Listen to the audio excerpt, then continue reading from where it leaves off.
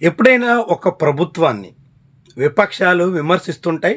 పాలకపక్ష శ్రేణులు సమర్థిస్తూ ఉంటాయి. చాలా సహజమైనటువంటి పోకడ.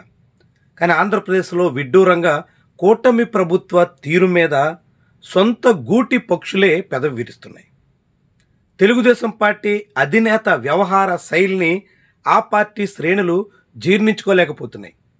చంద్రబాబు, నారా లోకేష్ సారథ్యంలో కూటమి ప్రభుత్వం సాగిస్తున్న వ్యవహారాల మీద సోషల్ మీడియాలో కొంతమంది సన్నాయి నొక్కులు నొక్కుతున్నారు. ఇంకొంతమంది బాహాటంగానే తమ అసంతృప్తిని చాటుతున్నారు. జనసేన పార్టీలో కూడా అక్కడక్కడ అసమ్మతి స్వరాలు ఉన్నప్పటికీ తెలుగుదేశం పార్టీలో మాత్రం చాలా పెద్ద స్థాయిలో చంద్రబాబు సర్కారు తీరుని దుయ్యబట్టే ధోరణి స్పష్టమవుతుంది. అనేక వ్యవహారాల్లో ముఖ్యంగా రాష్ట్రంలో మేఘా కృష్ణారెడ్డి, అదేవిధంగా షిరిడి సాయి విశ్వేశ్వర్ రెడ్డి ఇలాంటి వాళ్ళకే ప్రాధాన్యత ఇస్తున్న వైనం ఇప్పటికే చంద్రబాబు మీద అనేక మందిలో అసంతృప్తికి కారణమవుతుంది. కమ్మ కులానికి చెందినటువంటి చంద్రబాబు నేతృత్వంలో కూడా రెడ్ల మాట చెల్లుబాటు అవుతుంది అనేది ఒక సెక్షన్ అభిప్రాయం.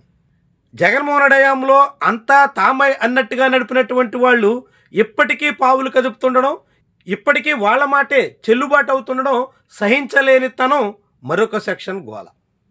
కారణం ఏదైనా చంద్రబాబు హయాంలో కూడా అవే సంస్థలు అదే తీరున తమ పెత్తనాన్ని నడిపిస్తున్నటువంటి వైనం టీడీపీ హార్డ్ కోర్ ఫ్యాన్స్ కూడా రుచించడం లేదు.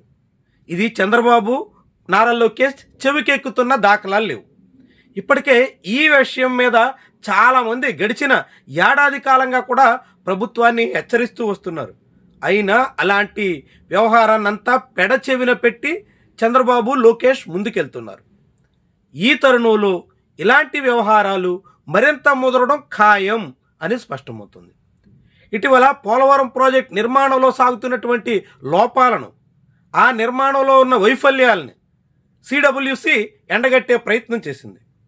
దాన్ని ఆంధ్రప్రదేశ్లోని టీడీపీ అనుకూల మీడియా కప్పిపుచ్చే ధోరణిలో ఉంది. కానీ అనేక ఇంగ్లీష్ పత్రికల్లో వచ్చినటువంటి వార్తల ప్రకారంగా చంద్రబాబు ప్రభుత్వం పోలవరం చుట్టూ చేస్తున్నటువంటి ప్రచారం అంతా ఒట్టి ప్రహసనమే అనే అభిప్రాయం బలపడుతుంది. అక్కడ కూడా మేఘా కృష్ణారెడ్డి మాట చెల్లుబాటు కావడం వల్ల ప్రాజెక్టులో అన్ని లోపాలే అన్నట్టుగా టీడీపీ నేతలు వాపోతున్నారు. ఇటీవల ఫలితాల తర్వాత వైఎస్ఆర్సీపీ నుంచి వచ్చినటువంటి వాళ్ళ పెత్తనం సాగడం ఏమాత్రం జీర్ణించుకోలేనటువంటి వ్యవహారంగా మారిపోతుంది. అది లిక్కర్, ఇసుక, మైనింగ్, ఏ వ్యవహారం చూసినా 5 ఏళ్ల పాటు జగన్మోహన్ రెడ్డి హయాంలో కథ నడిపినటువంటి వాళ్లే ఇప్పుడు టీడీపీ క్యాంపులో చేరి ఆయా ఎమ్మెల్యేలకి, ముఖ్యమైన నేతలకి సన్నిహితులుగా మారి అక్కడ కూడా కథ నడిపేస్తున్నారు. దీంతో తెలుగుదేశం పార్టీ అధికారంలోకి వస్తే తమకు చాలా కాంట్రాక్టులు వస్తాయని, చాలా వ్యవహారాలు చక్కదిద్దుకోవచ్చని ఆశించి ఆ పార్టీ వెంట నడిచి దానికోసం నిలబడ్డట్టుగా వ్యవహారాలు నడిపినటువంటి వాళ్ళు ఏ మాత్రం సహించలేకపోతున్నారు.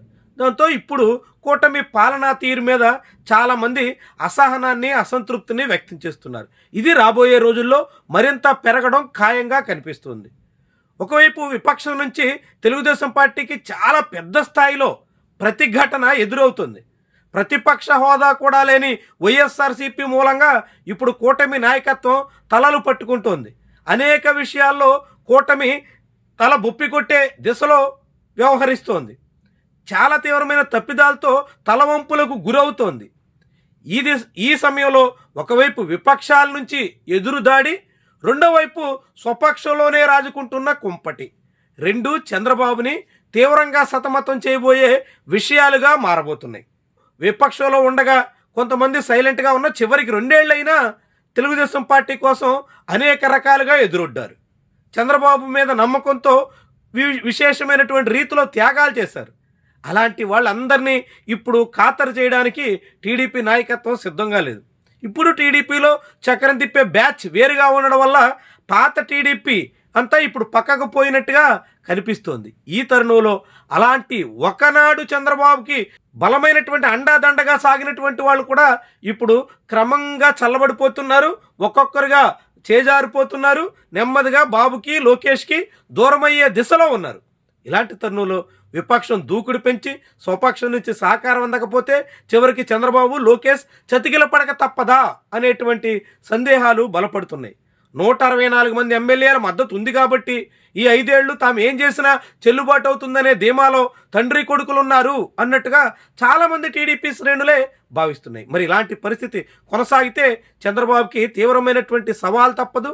అనేక రకాల చిక్కులు అనివార్యం. విపక్షం నుంచి వస్తున్నటువంటి విమర్శల్ని తిప్పికొట్టే బ్యాచ్ లేక, తమ పక్షాన నిలబడేటువంటి సైన్యం లేక చివరికి బాబు చిన్నబాబు ఏకాకిలుగా ఒంటరిలుగా మిగిలిపోయే ప్రమాదం కూడా దాపురించవచ్చు అనేటువంటి మాట కూడా వినిపిస్తుంది. కారణం ఏమైనా రాబోయే రోజుల్లో చంద్రబాబు ఆయన తనయుడు లోకేష్ మాత్రం చాలా గట్టి స్థాయిలో ప్రతిఘటన ఎదుర్కోవాల్సిన పరిస్థితి వస్తుంది. అలాంటి సమయంలో తమ వైపు నిలబడేది ఎవరు అన్న దాని మీదే ఇప్పుడు వాళ్ళ భౌతవ్యం ఆధారపడి ఉంటుంది.